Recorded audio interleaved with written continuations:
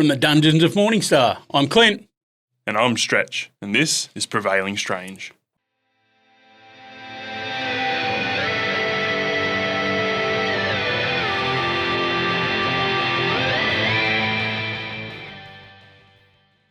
This instalment of Prevailing Strange is what we like to call Rant and Sundry, where we get to expand on some of the subjects that we've touched on previously this week, and maybe follow some tangents down some kind of rabbit hole where we don't know what we're going to talk about. Talk shit, get it, you dog. You wrote a few things down earlier? I didn't. You did. Did I? No, I didn't. Oh, I thought you were. No, I was just writing down, I wrote down the audiobook you said to listen to. Bit of news that I want to talk about next week. The alarm from that fantastic freaking 4 trailer. I'm going to say it again. Why? It didn't even need to be there. Yeah, I don't know. Okay, if it's right, listen. Right, if that's coming in from outer space, he's already got a ship that goes into space. They've already been out there. It's clearly in our atmosphere. Do they have satellites yet? Because when the fucking Fantastic Four first started kicking off, it was like the early 60s or whatever. Motherfucker, his car flies. Yeah, but all the other cars are gas guzzlers. Yeah, but he's got a spaceship. They got a black and white TV. Yeah, but he's got a spaceship. It's retro, bruh. He's got a spaceship with a big 4 on it. Yeah, it doesn't mean they got satellites. But they got a spaceship. Why were you going out of... Nah, you can't... Oh, we go out of space, but you don't have satellites. No, I don't want to hear it. I don't want to hear it. I'm pretty sure we went to space before we had satellites, didn't we? No, I don't know. We still haven't been to... We've only been to the moon once. If you've got some sort of... Okay, all right. How did that alarm go off? What was it sensing? Yeah. What was it sensing? Because it was in the atmosphere when the alarm goes off. I think you're getting too hung up on this.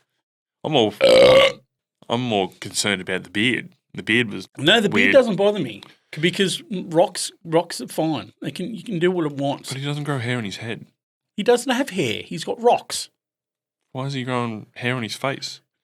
Well, as far as I knew, and from what I've seen, Michael Chiklis was bald, so he could have grown a beard because his hair on his head didn't grow. However, our new Thing has hair on his head, but when he's the Thing, he doesn't have hair on his head. So I don't know. Yeah. We still haven't seen John Malkovich yet. No. Do you think he could be playing the beard? Galactus? The beard? No, Galactus was cast. Who's our cast? I've never heard of him before. Was cast. Cunt. Look, I don't know. I've got no idea. All I know is that I'm really, really, really hung up on that alarm. Fair enough. Do you have a joke? No, I've got a couple here. Oh, you did. You dirty bitch. Okay, go. My wife paid $7,000 for a boob job. She did. I pay $30 for a hand job and I'm the pervert.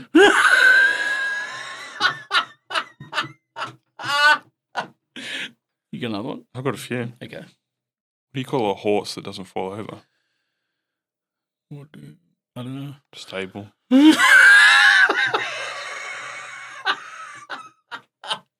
Nice. That was a good one. I love how you compose yourself. I got to get through it Okay. without breaking. Okay. Because he's fucking good at it. It's still one of my favourite shows. Okay. What do bars and bras have in common? They both got 3 letters. Doesn't matter how many I've seen, I still want to check out inside. Nice. Hell yeah. No, you're not allowed. We're married. It's a joke, mate. No, Jesus babe. Christ. You're the only boobs that I want. Not yours, Steffi. You got any jokes? I don't. Oh, mate. Okay, go on. What's the difference between a kidney bean and a chickpea? I don't know. I wouldn't pay for a kidney to bean on my face. You couldn't get through it. I couldn't. Oh, man.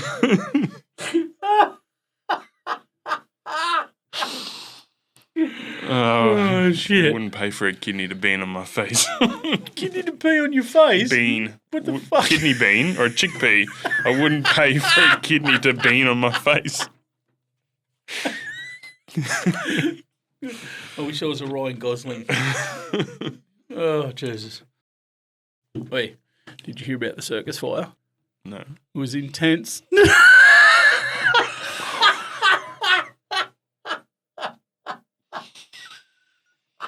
God. You're welcome, by the way. What's smarter than a talking dog? What? A spelling bee.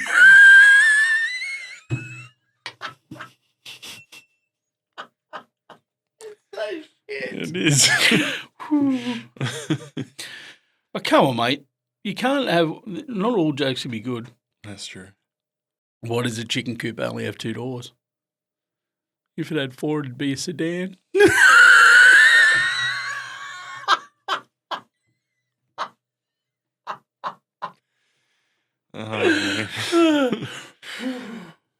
This shit, I can just tell myself jokes and get so sore.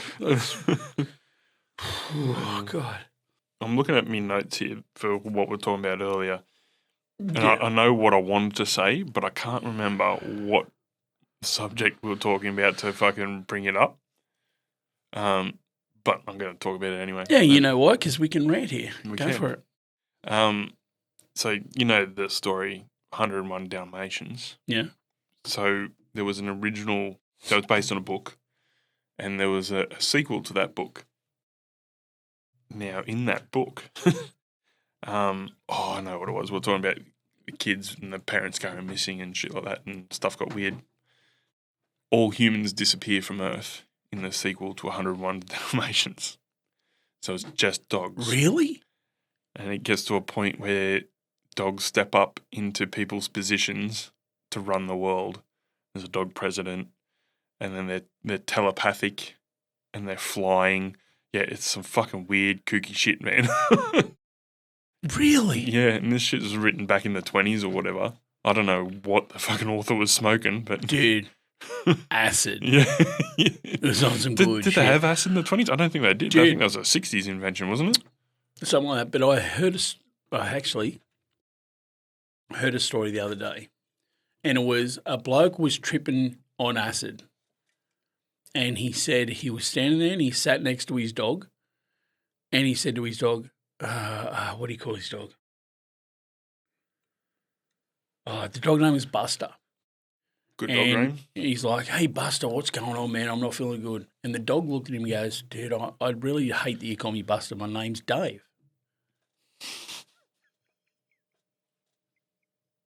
He's like, okay, Dave, no worries, mate. And then the next day after he come out of it, his dog wouldn't answer to Buster anymore. It would only answer to Dave. Fuck off.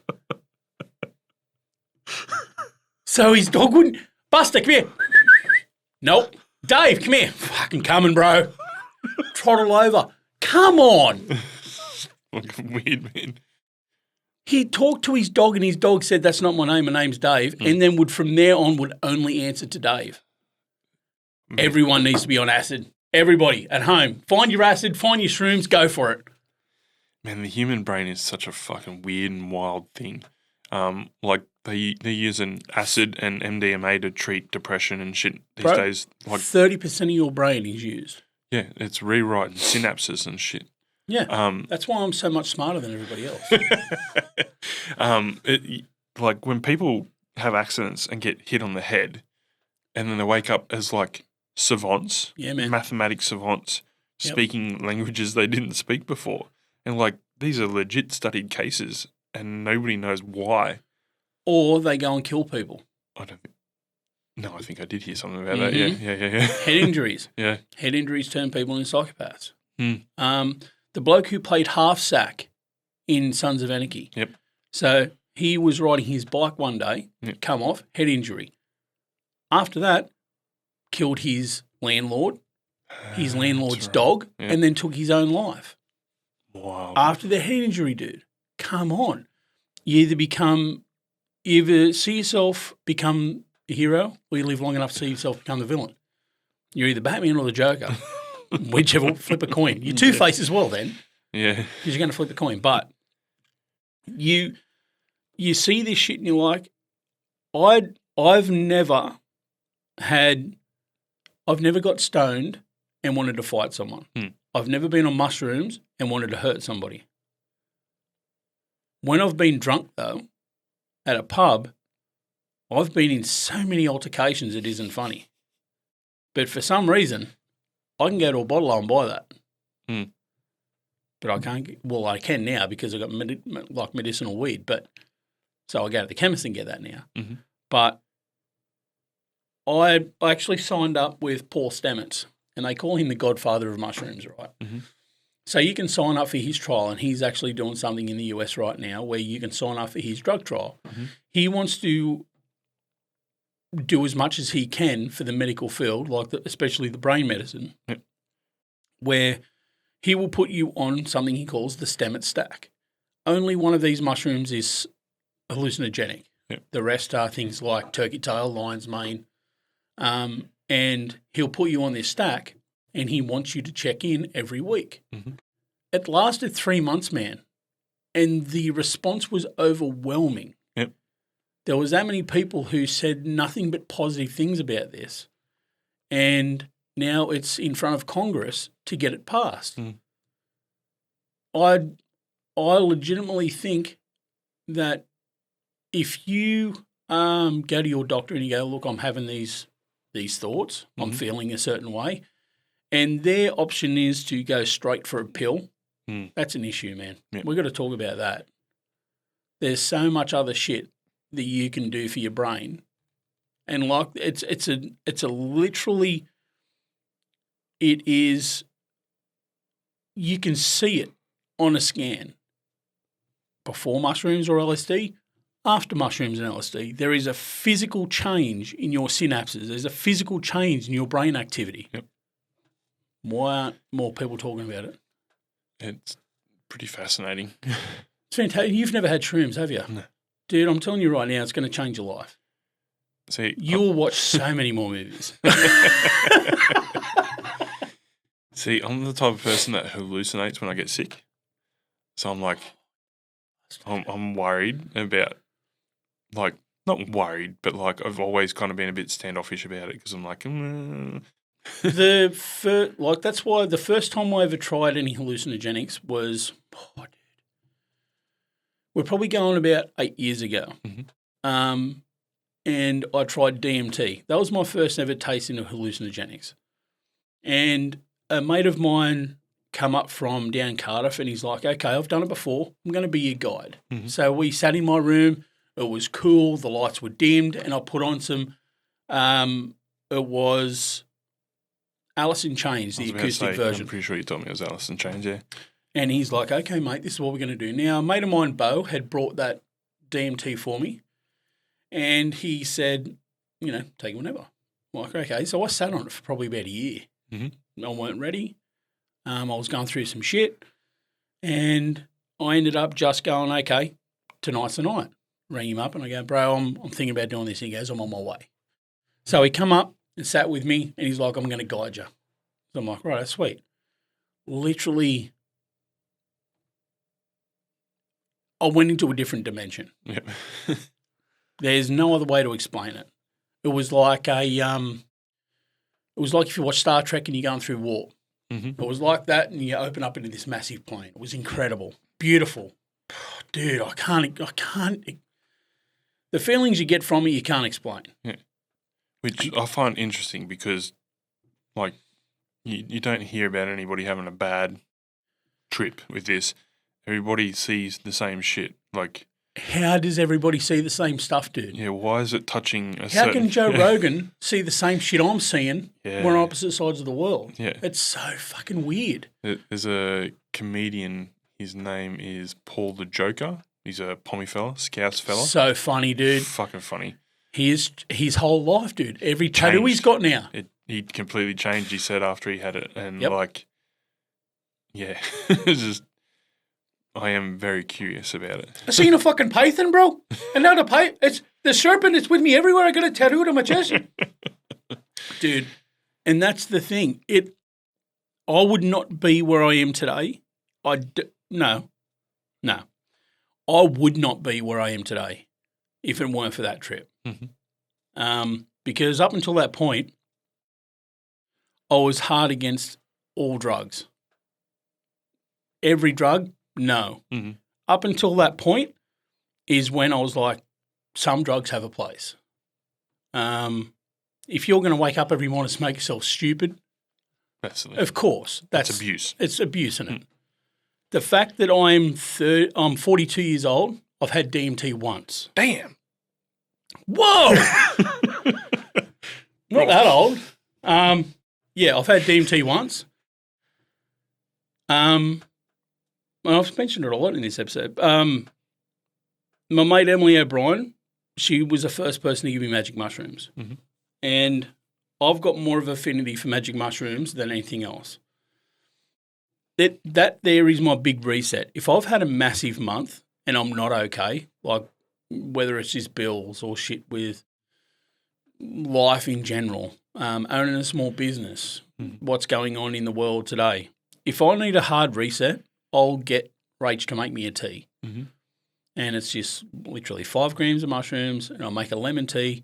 I sit back, I sip it, and I just zone out for the night. It's 4 hours. Mm-hmm. 4 hours, I come back, I feel clear. 90% of the shit that I've been concerned about has worked itself out. Mm-hmm. And not through anything I've done, not through any other steps that I've taken outside of that trip. It's basically just in that moment. Mm-hmm. Like it's led my brain down a path of, it's okay, mate. Everything's going to be all right. You're safe. Nothing's going to the world's not going to end today. Yep. And it keeps me going. That's awesome. It's the shit, dude. And I try to tell everybody that I've ever met that, and I'm sort of, in the end, I feel like Joe Rogan, a podcast, and I tell people about psychedelics. But he's not as popular as me. Check out Joe Rogan's podcast, Joe Rogan Experience, wherever you watch podcasts. Yeah, I've always been curious about mushrooms, but like I said, when I get sick, fevers, I hallucinate, and they're not always fucking good, man. They're pretty wild, and I'm good at telling them apart from reality, but for a minute there, they're like, "What the fuck is going on here?" Yeah, right. Yeah, so and like I can feel for people that are like schizophrenic and shit like that. Like if you're living with what I have to cope with once in a blue moon, they're doing that every day. Every day. Man. Well, the worst, there was one trip I had, and I can legitimately tell you down to the strain of what sort of reaction I'm going to have. Mm-hmm. So I've got a mate of mine who grows his own mushrooms. That's for me when I want to have a great time, when I'm just like literally I sat there with Jack and laughed for an hour. Mm-hmm. Then I've got another strain which it's more introspective. Mm-hmm. Like it's more, hey, dude, what's going on? Figure this shit out, sort it out, tell yourself what you need to tell yourself, and let's move forward. Yep. And then there's another one where I just want to see some cool shit. The ones where I have the introspective, mm-hmm. I've had that once, and it was only by mistake because I didn't know what that strain was going to do to me. Yep. So I've had that, and I was laying in bed with Rach, and I'm like, I'd had a rough month, dude. I was really struggling, and I'm like, I don't know what the fuck to do. I don't know how to get over this point. I'll have a tea. Mm-hmm. I had a tea, and then I literally was laying in bed with her and Jack, and I'm like, who am I if I'm not your husband and Logan's dad? Am I anybody? Mm-hmm. If I died tomorrow, what's going to be the effect of that? will Rain miss me? Will Logan realise I'm gone? Is it just going to be the fact that the bills keep piling up? What's going to happen after that point? If I stop existing today, what happens tomorrow? Yeah. And then in the end, I was like, is there any reassurance you can give me? And she's like, I think this is something you're going through on your own. And I know for a fact that if you weren't to come home tomorrow, that your son would be absolutely gutted. And I'm like, yeah, but that's just nailing home the fact that am I anyone other than Logan's dad? And then the other day he had a sleepover at Brett Naz's. And she told me when I got there the next day, she goes, he was up last night and he wouldn't go to bed. I'm like, why? She goes, because he couldn't go to sleep because you didn't tuck him in. And I'm like, okay. And she goes, he didn't know whether you were going to come back in the morning. I'm like, all right. And then I said to him, what's up, mate? He goes, you're my best friend, Daddy. I didn't know where you were. And I'm like, okay. So that brought me back to then. Yeah. I'm not just his dad. I'm not just the bill payer. I'm someone's best friend. Yeah. And when I'm not around, he misses me. So it calls back to shit. And it sort of, it puts a bit of oil on that squeaky part. Yeah. It's like, okay, now you're lubricated. Now you know. And I've never had a bad trip. Never. And to hear that you're someone's best friend, even though he's 6 years old, and that even when you're not there, that he still remembers that Daddy tucks me in. Yeah. It fucking, yeah. You'll never hear me say a bad word about psychedelics, dude. Nice. I love it. Yeah. I love it. And I love being my 6-year-old son's best friend. That's good. If that's all you are, that's fucking fantastic, man. It's pretty fucking good, isn't it? Yep. You don't get much better than that. No, that's right. And like I said to him, Nugget posted the other day on Facebook, on social media. He's like, what motivates people? What motivates you to get out of bed? And I'm like, the bills and to give my kids the life that I never got. And that's not just a financial, give them the life that I never got. It's to be a provider, a teacher, present. A nurturer, be present. Be present, dude. Fucking nice one. Be present, because at the end of the day, you can be a father. That doesn't mean you're a dad. Yeah. You can be a father. That doesn't mean you're present. When I was always told, I don't have to like you. You've got a roof over your head and clothes on your back. That's shit. It's not something you say to your son. No, and to hear that fucks you. That's something I could never ever, like, every day I drop Jack off. He's 17 years old. I'll drop him off at school. Last thing he does before he gets out of the car, hugs me to the point where he nearly breaks my ribs. And he's like, God, you're getting old. Yeah, be gentle with me, bro. But yeah, to get a hug from your kids is fucking sick, dude. Yeah. Fucking oath. Wow, we've really gone down this. This isn't about movies anymore, is it? Getting a bit somber. Tell me something about your day. I'm going to watch Landon's in a production at school this afternoon. Let's go. Yeah, go check him out. Should be pretty funny. Pretty fun. Dude, your kid is so sick. He's so smart, dude. Holy shit, he could teach me some shit. Oh, yeah. He's super smart, flat out. I'm like... And then you've got Thea, the hammer, the hammer. Yeah, you're not wrong. It's funny, Landon. He gets so kind of overexcited about subjects, and I look at him and I'm like, "Fuck, that was me when I was a kid." Yeah, I'd go to school and I'd talk about, movies I'd watched on fucking SBS, like fucking. So you talk back then about movies you watch, but now you just don't bother watching them. I get it. I had more time then. I was fucking had nothing else on. Watching, Godzilla or other kaiju movies when they weren't the rage. Watching fucking The Guyver because I rented it but nobody else had heard about it. Dude, going to school talking about these movies, and just no other kid that I knew was really kind of aware or interested. And I remember kind of feeling, ridiculed because fucking kids, man.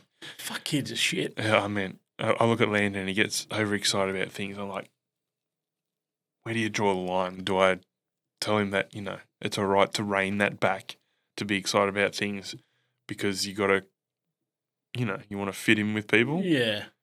Or do I let him be him? Like I don't know what to fucking do with that. Dude, if he can be him with you, let it go. Yeah. Let it go. If you show him how excited you get about his news, then he'll just hold it for you. He'll be like, oh, I see the way my dad reacts, so I'll just tell him. And then the kids at school, if they're giving him grief and shit, then he'll be like, oh, fuck you, I won't tell you shit.